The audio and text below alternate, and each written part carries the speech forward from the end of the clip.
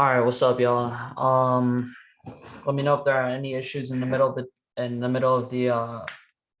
the lesson. Just write it in chat, and I'll have someone tell me. But yeah, so let's just get started. So we're gonna start off with ISIG. This was definitely today's like most popular runner, and it started in the morning. There was news yesterday, but none today. The news was they're doing a process that's gonna maximize shareholder value. I believe it was yesterday. So, but that just shows you that gainers from yesterday or anything from yesterday can still catch on today, or even from last week. That's how runners happen. For example, PPSI, this thing has just been gaining volume randomly for the past couple weeks, and every time it does, it just runs a couple dollars during the middle of the day. But yeah, ISIG. So it started off in the morning. As you can see in pre-market, we had that pop from 10.55 all the way to like 12.75 in one candle. So we consolidated into open and we halted up here. As you can see, this was 941, 951, we unhalted and we just ripped, and during this area right here, I definitely wouldn't have played this. It was just moving way too fast for me. And just uncertainty of what's going to happen. It's not a support ad, it's not a resistance break. I guess like you could have played it 13 break, because like what I mean is right here, 13 break around this area.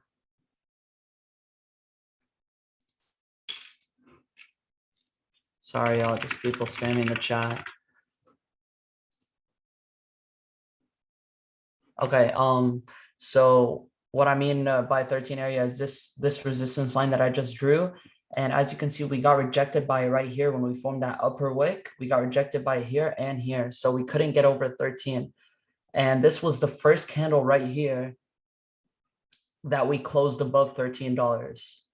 So this is definitely the only thing I would have played if I was watching, because the rest of the time it was just consolidating with very good volume.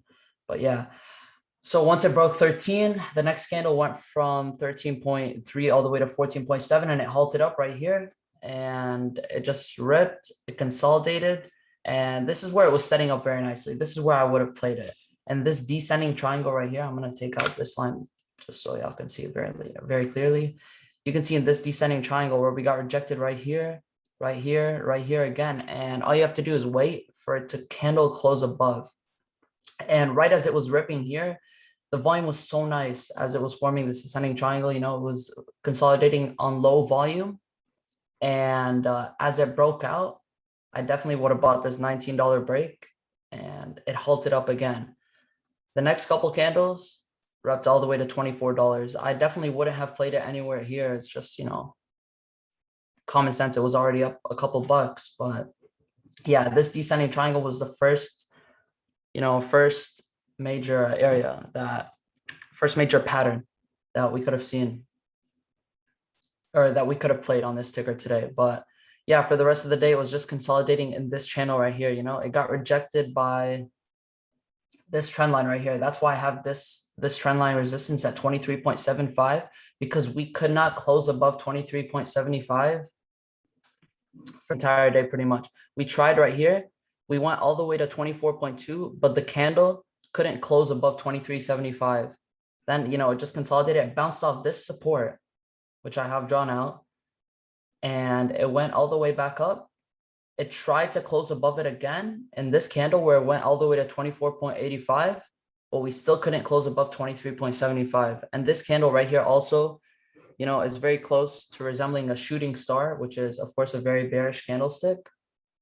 But yeah, we still couldn't close above 23.75. And we come again, we tried to close over here. We still couldn't.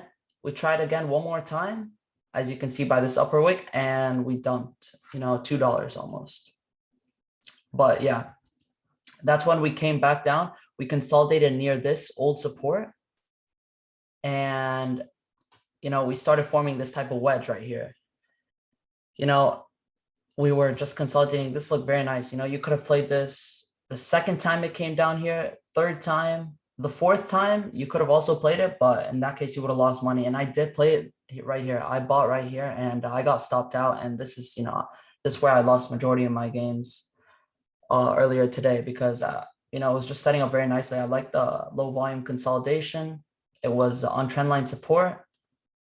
I expected a bounce up to 23.4, but unfortunately it didn't go that way and it just knifed down, which we've been seeing a lot recently.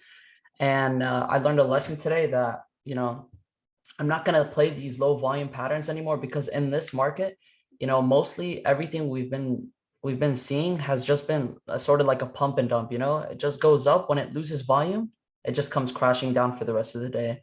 And that's how we've been seeing most of our runners form. So when something has a lot of volume, that's when you can play it. Like right here, there was so much money to be made, from all this area.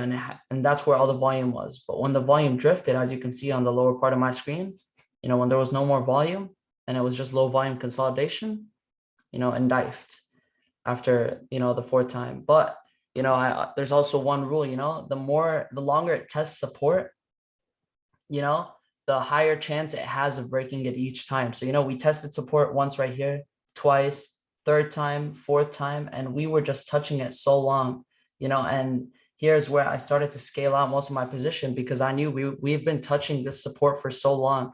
And, the longer it touches it, the higher chance it has of breaking it. So you don't want something to be at support for so long because, as I just said, it has a higher chance of breaking the support, every time it touches it. So it knifed down and it just came down all the way to that $18 area, very, very low volume. Everyone thought it was done for the day.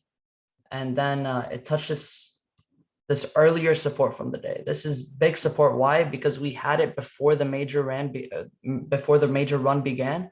As you can see, we consolidated at this support. We touched it right here. And this is where we started gaining volume. We started getting huge volume. We broke above this old support right here. So as you guys can see, we had this trend line right here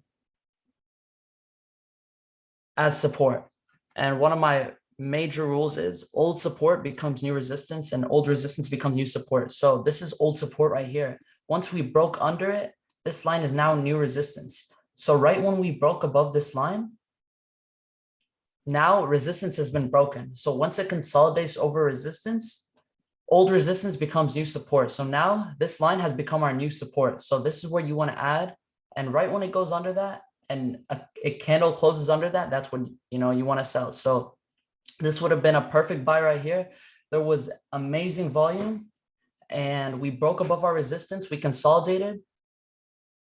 We made a new support. So the old resistance, once it was broken, it became new support. So that's where you want to add. And, it just ripped all the way to 22.3. It got rejected by this old support right here. So, there's another example of old support becomes new resistance. This trend line right here was old support because it kept bouncing on it. But now that it was broken, it became new resistance. So when we tested it again later on during the day, we got rejected by it. We tested it again, it got rejected. We tested it again and we got rejected. And it came down almost all the way to that $18 line. It bounced up all the way to 20, and that's how you can tell, this $18 area is huge because we formed it before the major run began. We tested it again, we bounced. We tested it again, we bounced, and we held up very nicely into the end of the day, into the close. So I'm expecting a move from this as well tomorrow, just because of how well we held into close and how well, it closed. But we could not see a move, but it's definitely going to be one of my biggest watches.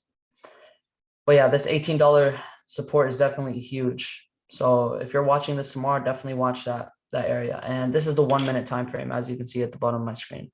If we look at the 5 minute time frame, you can see it just simplifies everything, makes everything look nicer, We can see that we couldn't close above 23.75.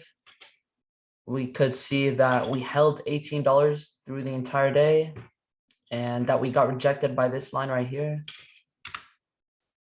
This used to be old support. Once it broke, it became new resistance and we got rejected by it. And yeah, That's pretty much it. We closed above 20.25. And we could definitely see a run tomorrow from ISIG. But yeah, that's pretty much it for ISIG.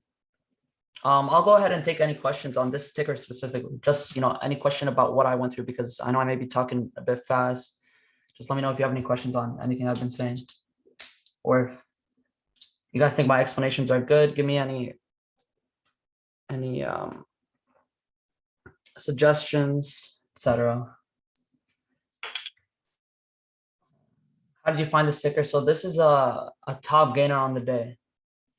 So, everyone has access to this. You could just go on Webull, you can click tops, and it will show you all the top gainers. And this is major, this is mainly what we're going to go through today. So for day traders, the top gainers list is pretty much what they need. Just give me a top gainers list and a chart, and I'll be able to make you as much money as you want, but yeah, that's pretty much it. You just need a top gainers list, and that will show you the top gainers on the day, the tickers with the most momentum, the tickers with the most volume. And that's what you want to play. Let me see.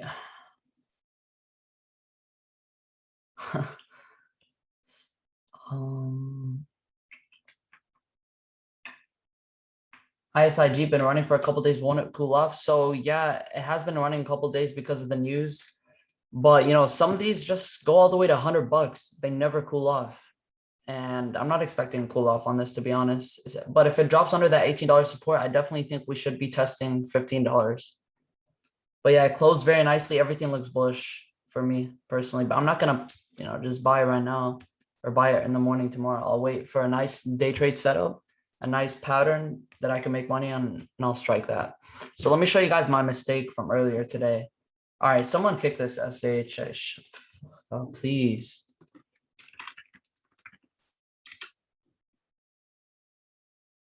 All right, I'm taking care of that.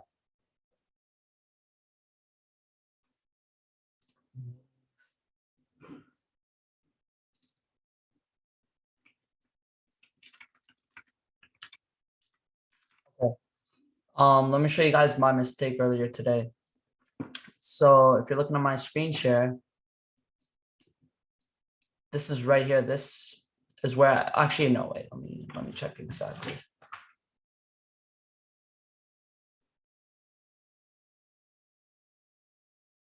Okay, cool. So this right here is where I began adding. I began adding in this area and it ripped. I didn't take profit. I was expecting a break. I wanted a break. I didn't take profit at resistance like I should have. I wanted it to break this $22 area, $23 area, and it knifed. I kept adding dips right here. I added huge, I was bidding. I was high confident play because I wanted to bounce, and there was very low volume. And this is where I lost majority of my gains today. I just kept adding in this area, even though I knew it had been touching support so many times. It had been testing support over and over and over again, and it was bound to break the support any second now. And it knifed. And luckily, fortunately, I sold most of my position around the 20.6, 20.5, $20.4 area. I didn't hold it all the way until 19. But yeah. This wouldn't be a failed breakout because it wasn't breaking out. This was just a support play. So this would be like adding dips type play. This wouldn't have been a breakout type play. A breakout type play would be something like this right here, where it broke out of this descending triangle, and that would be a breakout play. But this right here, where I made my mistake, was just a support play, adding dips type play. But yeah, that's all for ISIG. Let's move on to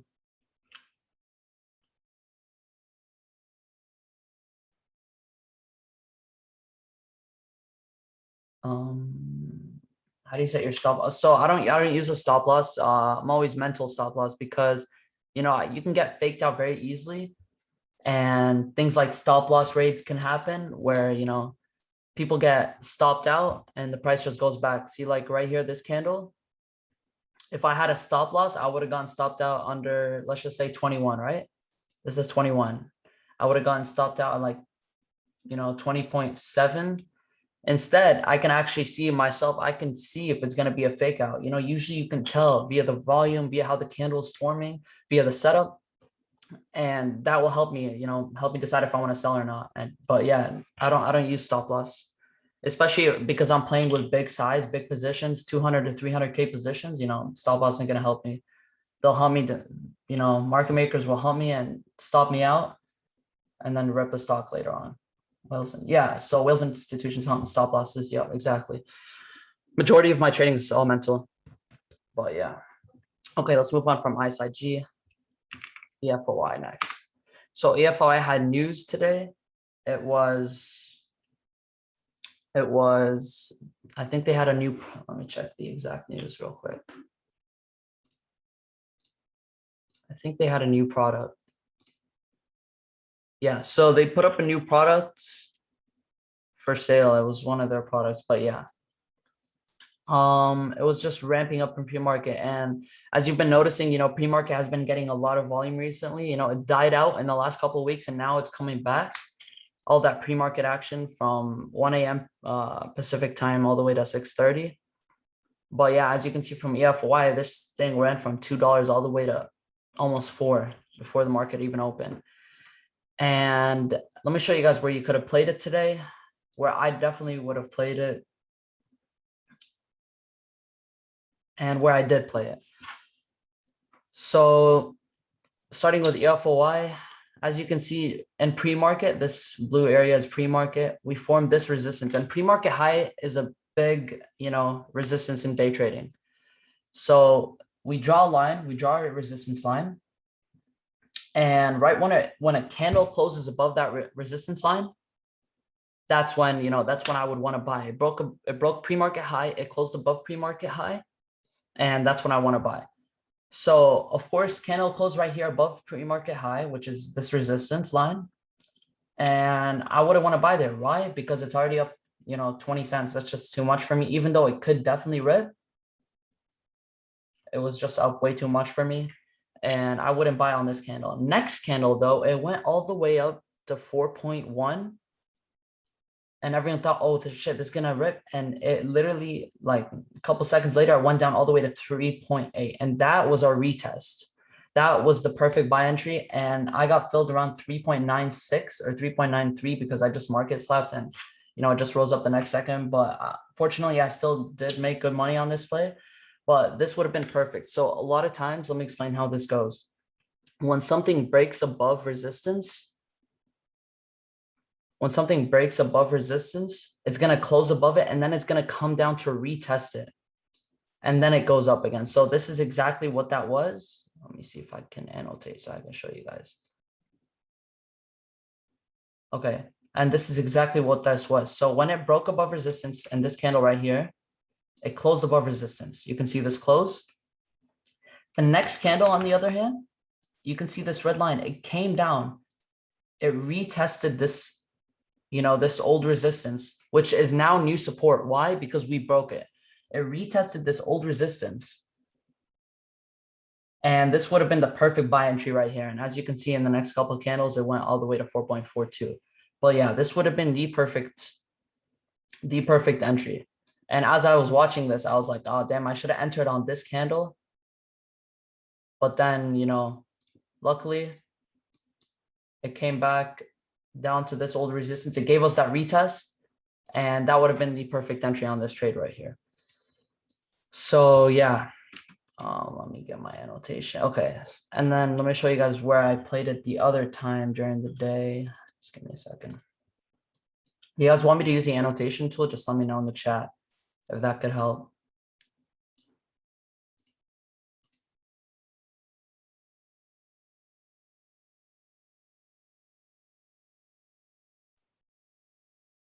Okay, so for the next area where I traded this was right here. So as you can see, support right here. So you should have this trend line drawn just off this support and this support. So when this bounced, you should have been like, oh shit, let me draw a trend line right here. And this would have been it. So the next time that it comes down to this trend line, that's where you should have added. And that's where I added personally. I thought it was going to bounce. I added right here on this candle, this red candle right here. My average was around 3.65, whatever. It bounced the next couple of candles and I got stopped out, or I stopped myself out when it candle closed on this candle right here. Why? Because it gave a full candle close under support. So this trend line had been acting as support because we bounced from this area right here and this area. So when something bounces off two areas, you want to have that line drawn out so that the next time it comes down to that line, which is right here, you want to add. And that's where I added. It was a good trade, to be honest. Now that I'm looking back at it, I don't see that I don't think I did anything wrong. I did take a loss on this, but still, it was a good setup. And yeah, now that I'm looking at this chart, it's pretty obvious where we could have played it during the day as well. Going back to what I said before, old resistance becomes new support, old support becomes new resistance. And as you can see, this line right here, this line that I've drawn out, was old resistance when it was broken right here. So when we broke this line became new support. It went from being old resistance to new support. So when we come down later to test it, buy right here, rips the next second. It comes down again, buy right here, rips the next second. It comes down almost again, buy right here, rips the next second, and it comes down again. As you can see, a lot of red candles this time, a lot of selling pressure. And in this case right here, just because of all of this selling pressure that's happening, I wouldn't have added. And as you can see, it dropped below the trend line, and it tried to get above it again right here. It got rejected. It tried to get above it again. It got above it, but then it got rejected again. And it was just on low volume and it drifted. Someone said the mental stop losses make sense, but how do you decide where to sell once you are up on it? Okay, so we can go over that right now. Usually, some people say, I take profit at 10%. Some people say they take profit at 5%. They take profit at 3%. For me, it's usually just whenever I'm up, whenever I feel good taking profit. So let's just say I entered this trade right here at this trend line, right? I entered this trade at, let's see where this price was, around 3.5 or 3.46. The next couple of minutes, this thing ran, this thing would have been at 3.59, 3.6. I would have taken profits. I would have, that's it. That's a good 20 cents for me. That's enough. And yeah, that's where I would have been comfortable taking profits. Another trade example, let's just say right here, I added on support when it came down to this old resistance. If I would, when I usually add size like 200, 300K, I definitely have a profit, area where I want to be like, okay, if this hits, I'm taking profit here. And that would be resistance. So it hit 4.42 earlier on and it couldn't close above, let's see what this was, above 4.31. So it couldn't close above 4.3. So the next time it hits 4.3, that's where I'm taking profit. And let me turn on my annotation tool. So if I were to add here, because this line right here is new resistance. Why? Because right here, where I put my rectangle, this was resistance. So old resistance becomes new support. So next time it comes down, like I said, past 10 minutes, it's going to become new support. So I add on this line, I take profit at 4.3. Why? Or anywhere during this ride right here, during this whole candle. And I definitely would have been scaling out slowly as it's ripping. Why? I just want to secure profits. You never know what can happen. The next time it came down to this line right here, I would have added. And as it went up, I would have been scaling out slowly. So, you add at 3.7, when it goes up to 3.9, 4, 4.1, you want to be scaling out slowly. You never want to leave your whole position. And then it hit almost 4.3, and that's when I would have been fully out. Next time it almost came down, you add right here, you add at 3.8, it goes to 4, it goes to 4.1, take profit. And this one went all the way to 4.3 and it got rejected. So as you can see, 4.3 is a huge resistance for EFY. So definitely be watching that if it ramps up tomorrow. But yeah, that's pretty much it. That's how you dictate when you want to take profit. But yeah, it came down and it consolidated about around $3 for the rest of the day. It held that pretty nicely. As you can see, it bounced here on at $3. Next time it came down, it bounced again. And next time it came down, that's when you could have played it. So, you know, you have this area and this area. This would have been confirmation that $3 is strong support. $3 is psychological support. And as you can see from the chart, we bounced twice. So the third time it comes down, that's where you want to add. And if you did add, it went up all the way to 3.4. So yeah, that's pretty much it for EFOI. Let me know if you guys have any questions on this, you know, specific ticker that I can go over.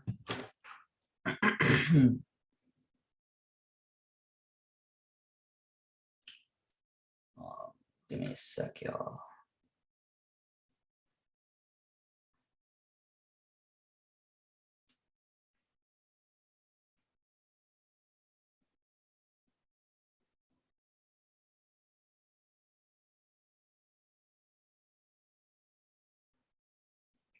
But yeah. Why is everyone spamming tickers? I don't even know. Did I say something? I said, okay, next ticker we're gonna go over is PPSI.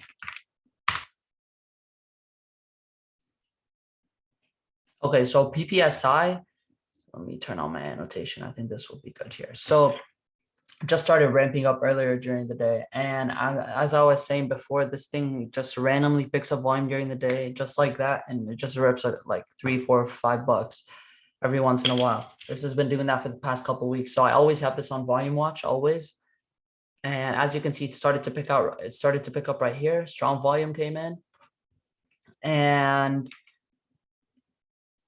when it ripped all the way to $12 from this area, I don't see a single place I would have played this. Personally, myself, I would have waited for this to happen. And this is where I like playing things. You know, the first initial run, I always try to avoid because it can dump really quickly. And I wait for the dips. I wait for a nice pattern to form. And that's where I want to play things. So in this little circle that I circled, I personally wouldn't have played this anywhere. But if we do move on during the day, when we started that downtrend, we started forming this little channel right here. And every time we hit this line right here, this support line, we bounced once, twice, 3 times. So, you know, it's easy to say right now as I'm looking past it, but how do we draw this during the day, right? So you want to be looking out for things like that. You want to be looking out for channels. So always have your trend lines ready. And right as you can see it forming, like by the third time or by the second time, you want to have this drawn out. And when it comes down the third time, just extend it a bit and boom, that's your support line right there. Here it is. This is your dip buy right here. And as you're trading, you always want to have your trend lines ready because that will help you identify dip buys. That will help you identify where support is, etc. So, you know, it's pretty easy for me to go back after the trading day has ended and draw out where all the support and resistance is, you know, and it's also pretty easy to do during the day as well, as I just showed you, you know, if I want to do this, if the chart's still forming right here, we should already have this line drawn out, you know, and the next time it comes down, we'll extend it a bit and see where it takes us. And one, you know, I've gone over this in one of my threads. One mistake beginner traders always make is that they adjust the trend line to their favor. And I know a lot of you guys listening to me right now definitely have done this before, and you definitely know that. But don't ever adjust the trend line to your favor. You know, just, you know, as the stock comes down, you lower your trend line a bit, just so you're psychologically happy a bit, or you're comfortable with your position. Don't ever do that. Keep your trend line the same and use it to help you enter and exit your trades. And if you want, we can extend this trend line, and look at that. It was consolidating right at this trend line. This is, you know, literally textbook. And it made a move. It came down. And right as we broke this resistance, here, I'm gonna turn on my annotation tool real quick. So this is resistance right here. It's pretty obvious. Someone saying I move my trend lines. Yeah, a lot of people do. A lot of beginners do. I used to do that. Do not, it's one of the worst things you could do. And as you can see, there's resistance right here. We rejected it twice. So we know once this resistance breaks, it's going to become new support. And that's when we want to add. And right when it broke, it became new support. And let me tell y'all something. It faked a lot of people out on this candle right here. On this candle. So as you can see, this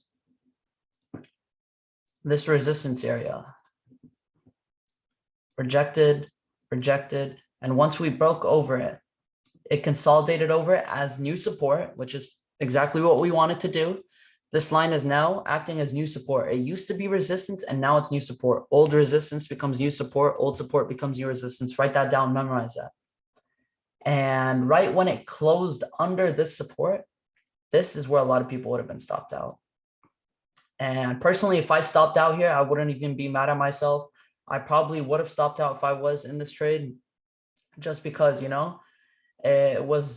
volume was drying out. As you can see, there were reasons to stop out, but there were also reasons to keep your position. So this would have been, a conflicted trade if you personally took it.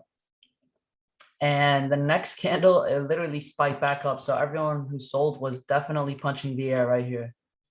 And, it held perfectly, and it went all the way from $11 to 11.7. And, textbook play. Old resistance becomes new support. Resistance is broken, consolidates over support, and rips. But yeah, that and this right here would have been this right here, this trend line that I have drawn out would have been definitely the nicest way to play PPSI today. Does the first candle close over resistance confirm it's the new support line? Yes. So this candle right here, once it closed over resistance, that's it. You have a new support line right there. And this is old resistance. It becomes new support. It consolidated over it for the next couple of minutes. It could just fake out. And sometimes it does, but in this case, it didn't. How did you know it was a fake trade break? You can't know. Like I said, if I would have sold during this, which I probably would have, I maybe would have, I definitely wouldn't be mad at myself, because that's just the way things go.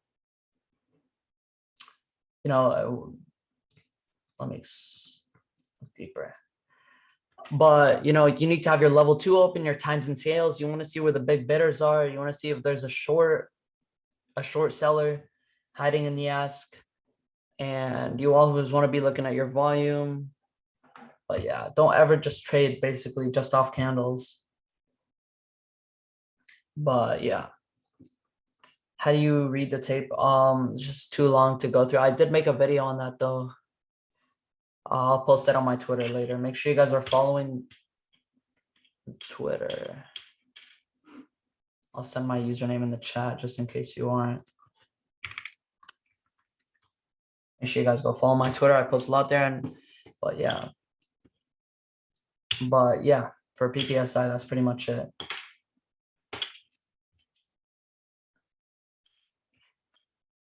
What else should we go through?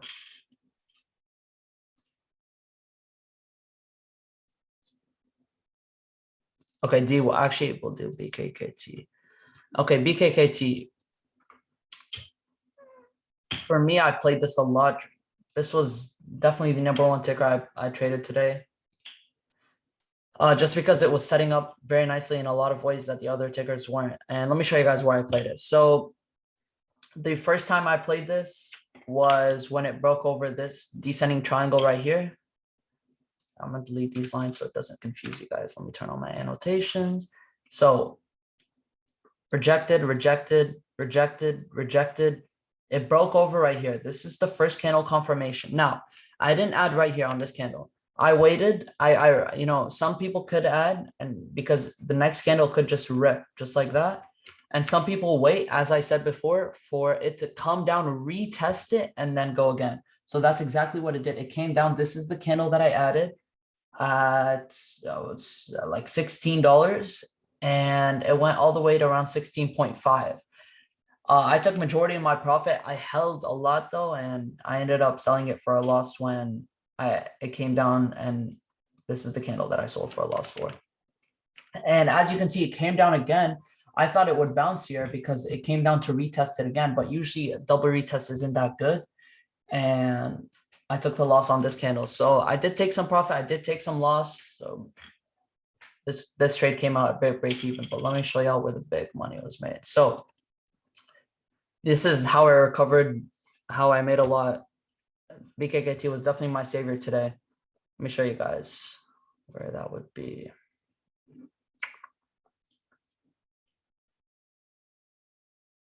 So right here in this area, everyone thought BKKT was done. Look at the volume. Look how dried out it was. You know, everyone thought this was done for the day. It was going to drift. You know, I didn't. I kept on watching because I saw big bidders on the level 2. And I thought I saw slow, very slow, and, you know, and very nice accumulation on the times and sales. So I kept watching that level 2. I saw bidders coming in. It was just looking very nice to me. The level 2 was picture perfect. And as you can see, it was slowly recovering. So right when it broke 15.6, this right here is where I added. Why? Because a candle closed above old support. So old support, when it drops, it becomes new resistance, as we just went through. So I added on this break right here. It drifted down. I didn't sell because I knew it was just low volume sells. And it broke it again. This is why I added again, because it just broke new resistance. So this was old support, it became new resistance. And let me check the exact. Give me a sec.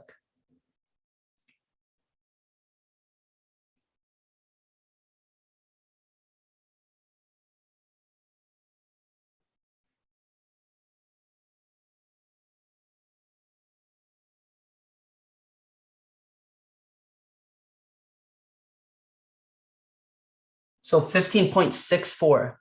I'm not sure where that is because I don't have my mouse right now, but 15.64 was major, you know, was where I was accumulating most of my shares at this area right here. So as this broke, you know, I was like, oh shit, you know, this can definitely go. You know, it was low volume. Yeah, it was a make or break type play because there's just not a lot of comments. But as it was gaining volume, as you can see down here, volume was starting to come in, and the price kept raising, kept raising, kept raising. It broke this resistance right here.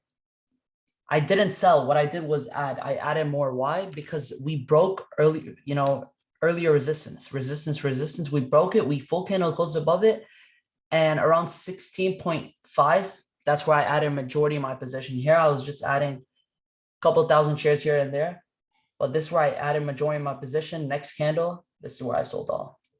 And as it was just rising up, you know, I didn't sell here for any particular reason, not because there was any big resistance. I was happy with my profits, you know, and I was just scaling 2,000 shares at a time. And I made a lot off this play, and it was a high conviction play, and this was just perfect for me.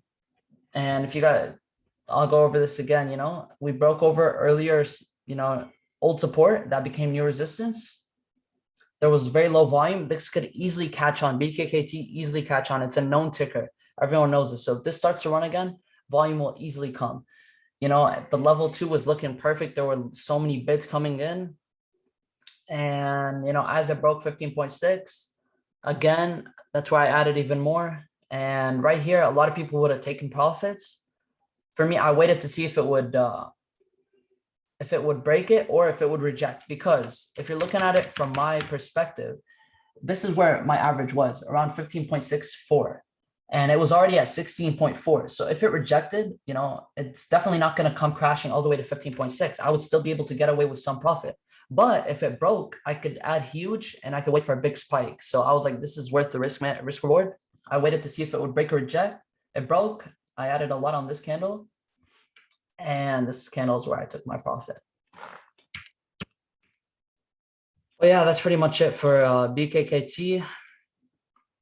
And that's all I would have. That's definitely the only.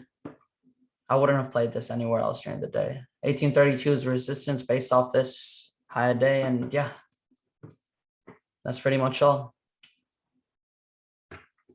if one person, why is so many people asking me about dare? Oh, it's just one person actually.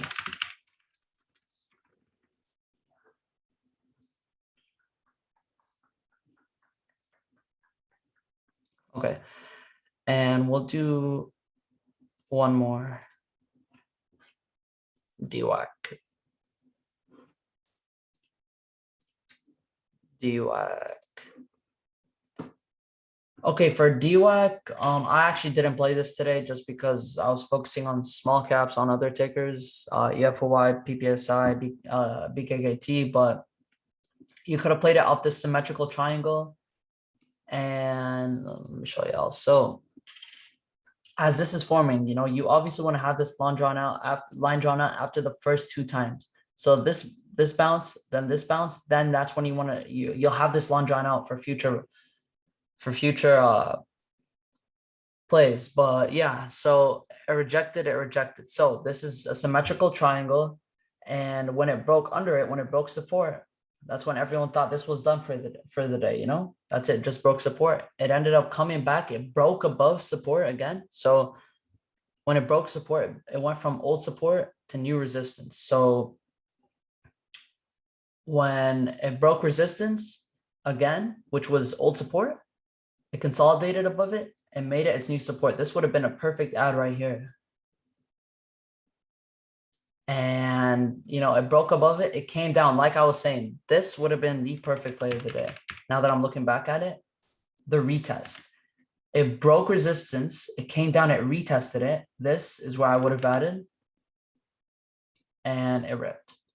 But yeah, that's pretty much it for this. But the retest was pretty much perfect. And yeah, that's pretty much it for DWACK, I would say. Let me see if there's anything else. But yeah, this retest of resistance would have been perfect. And this descending triangle as well. And after hours, that was a $6 move.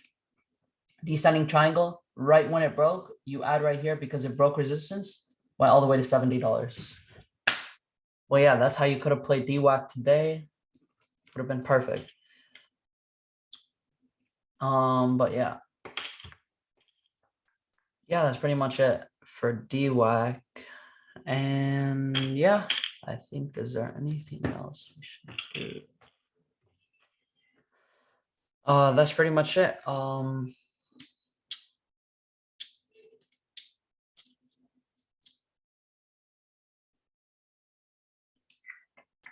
Let me know if you guys have any questions right now in the chat. I'll take questions. Are you scalping 1 minute? Yes, 1 minute is mainly the time frame that I use to scalp.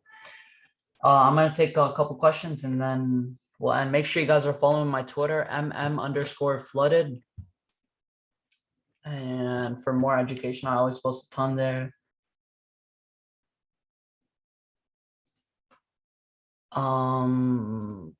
Yeah, let me take questions. So who has a couple questions?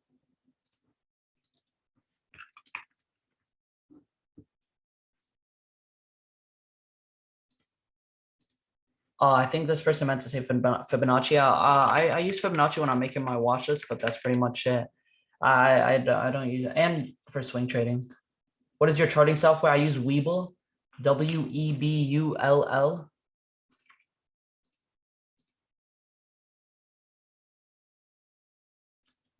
When you're selling position, do you sell all?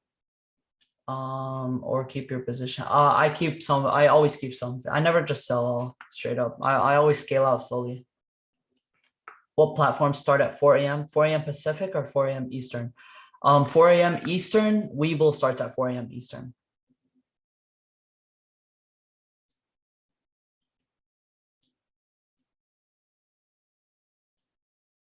Use indicators? Yes, I use VWAP. I use VWAP. I use EMA 10 and MA 20. Top indicator for day trading would definitely be VWAP in my opinion.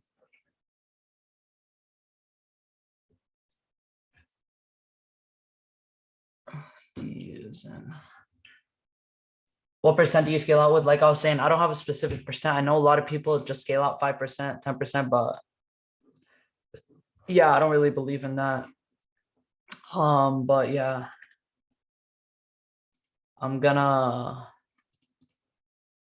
send you guys the link in chat to, just in case we have a ton of education videos if you guys want to join, completely optional, but we have like a couple hundred educational videos that you guys can benefit from. I just sent the link in chat.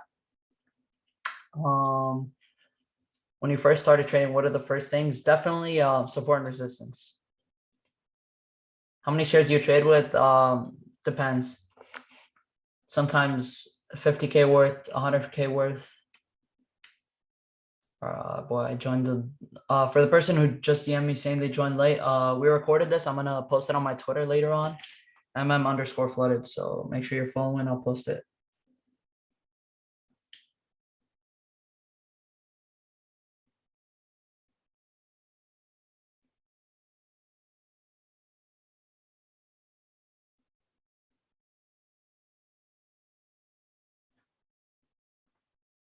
All right, y'all, I'm gonna end it here. Have a good day.